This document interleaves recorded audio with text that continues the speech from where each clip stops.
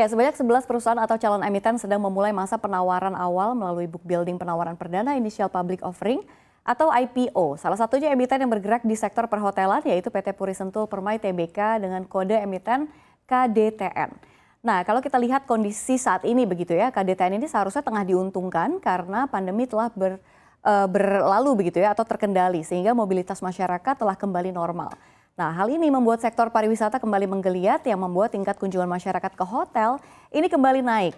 Selain itu harga IPO-nya yang murah yang terjangkau oleh retail di kisaran 140 hingga 160 juga ini terbilang cukup murah dan juga si PT di Kedaton ini juga membagikan waran 5:1. Tapi sebelum kita gali lebih dalam begitu ya, kita lihat dulu latar belakang dari emiten perhotelan ini.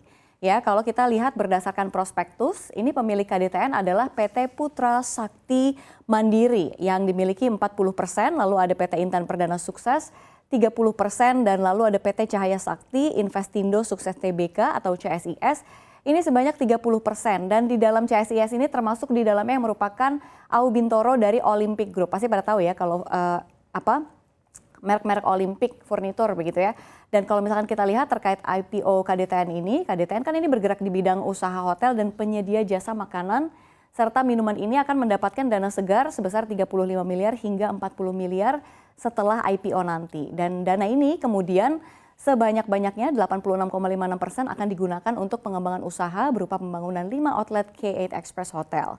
Lalu kalau kita lihat ada selanjutnya 5,97%, akan ada pembangunan suite room dari hotel juga. Lalu 2,99% untuk pengembangan teknologi, lalu berikutnya 4,48% ini modal kerja operasional. Dan kalau misalkan kita lihat begitu ya, selanjutnya juga KDTN juga akan sebar waran seri 1 seperti yang tadi saya katakan. Ini 50 juta lembar saham di harga Rp180 per lembar saham.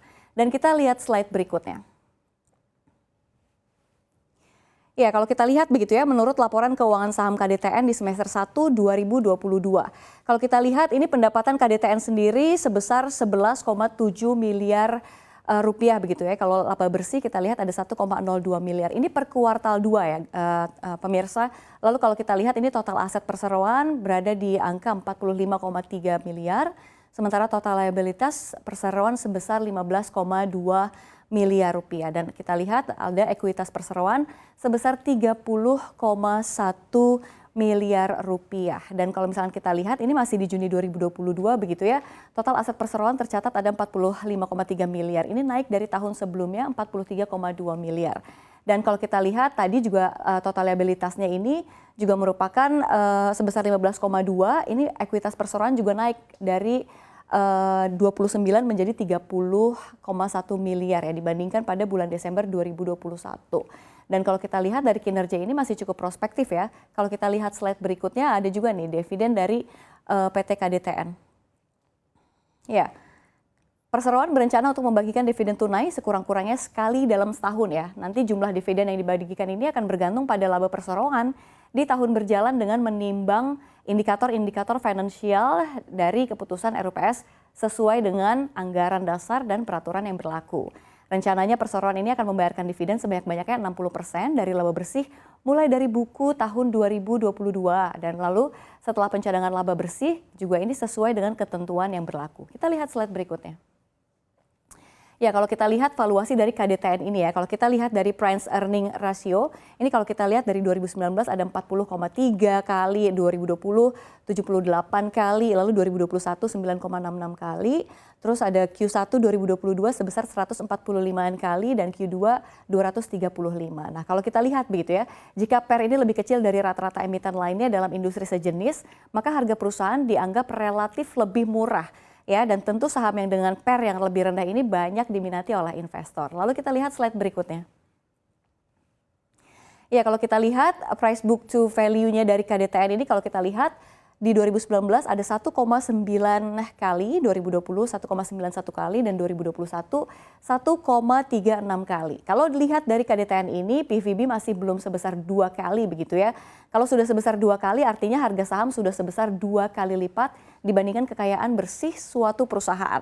Dan kalau sebaliknya, kalau PVB rendah sering dijadikan indikator mencari saham yang lebih murah ya atau masih under value. Nah, bagi investor tentu disarankan untuk mencari saham dengan PBB yang lebih rendah ya daripada rata-rata PBB di industri yang sejenis. Lalu kita lihat slide berikutnya. Ya, kalau kita lihat ya ROE dari return on asset begitu ya, kalau misalnya kita lihat di 2019 ini sebesar 10,47%, 2020 5,81%, 2021 naik lagi 38,27%, di Q1 2022 1,5% dan di Q2 2022 ini sebesar 2,26%. Nah, ROE sendiri ini dihitung dengan membagi pendapatan bersih perusahaan dengan total aset begitu ya. Jadi melalui ROE ini bisa terlihat ya kemampuan perusahaan di masa lalu sehingga memang hal tersebut ini bisa dimanfaatkan oleh periode sebelumnya. Lalu kita lihat slide berikutnya. Ya, kita lihat ada return on equity ya, atau ROE. Nah, kalau kita lihat dari KDTN tahun 2019 ini sebesar 18,84%. Lalu di 2020 9,81%, di 2021 ini meningkat lebih tajam 56,46%, lalu Q1 2022 sebesar 2,28%, sementara Q2 2022 ini sebesar 3,4%. Ya pemirsa, semakin tingginya ROI, maka perusahaan tersebut juga semakin baik tentunya. Biasanya investor ini pilih-pilih ROI tinggi karena perseroan dianggap dapat mengelola modalnya sendiri hingga menghasilkan laba. Lalu kita lihat di slide berikutnya. Ya, kita lihat debt to equity ratio atau DER. Ya, pada tahun 2019 ini sebesar 0,8 kali, lalu di 2020 0,69 kali, di 2021 di 0,48 kali, Q122 ini di 0,51 kali, sementara di Q222 ini 0,51 kali. Nah, DER ini idealnya di bawah angka 1 ya, atau di bawah angka 100%. Namun demikian jika ada perusahaan dengan DER yang di atas angka 1 atau di 100%, ini artinya hutang atau kewajibannya ini lebih besar daripada modal bersihnya begitu ya. Dan Anda juga harus teliti kira-kira penyebab DER tinggi ini tersebut pada laporan keuangan perusahaan di masing-masing yang akan melakukan IPO.